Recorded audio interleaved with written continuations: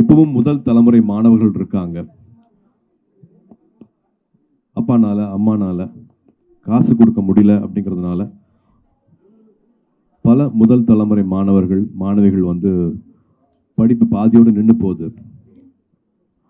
அரசு பள்ளியில் படித்தா கூட அதுக்கப்புறமா என்ன பண்ணுறதுன்னு தெரியாமல், உதவி கேட்க கூட தெரியாமல், டெய்லி வேஜஸ் ஒரு தினக்கூலி கிடைச்சா போதுங்கிற மாதிரி வாழ்க்கை மாறிடுது அப்படின்னு 2006 அவர் கேட்ட கேள்விதான் அகரம் பிறக்கிறதுக்கான காரணமாக இருந்துச்சு.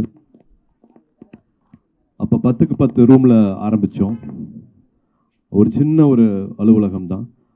அதுக்கப்புறமா ஒரு 2 பெட்ரூம் ஹவுஸில் ஆரம்பிச்சது அகரமோட வாழ்க்கை. அதுக்கப்புறமா அப்பா கொடுத்த இடம், அப்பாவோட வீட்டில் வந்து அகரமோட வேலைகள் எல்லாமே நடந்துச்சு. 2006 அகரம் ஆரம்பித்தாலும் 2010 தான் விதை அப்படின்னு இப்போ சொல்கிற அரசு பள்ளியில் படித்து முடித்து வர மாணவிகளுக்கும் மாணவர்களுக்கும் கல்லூரியில் சேர்க்குற திட்டத்துக்கு பேர் தான் வந்து விதை.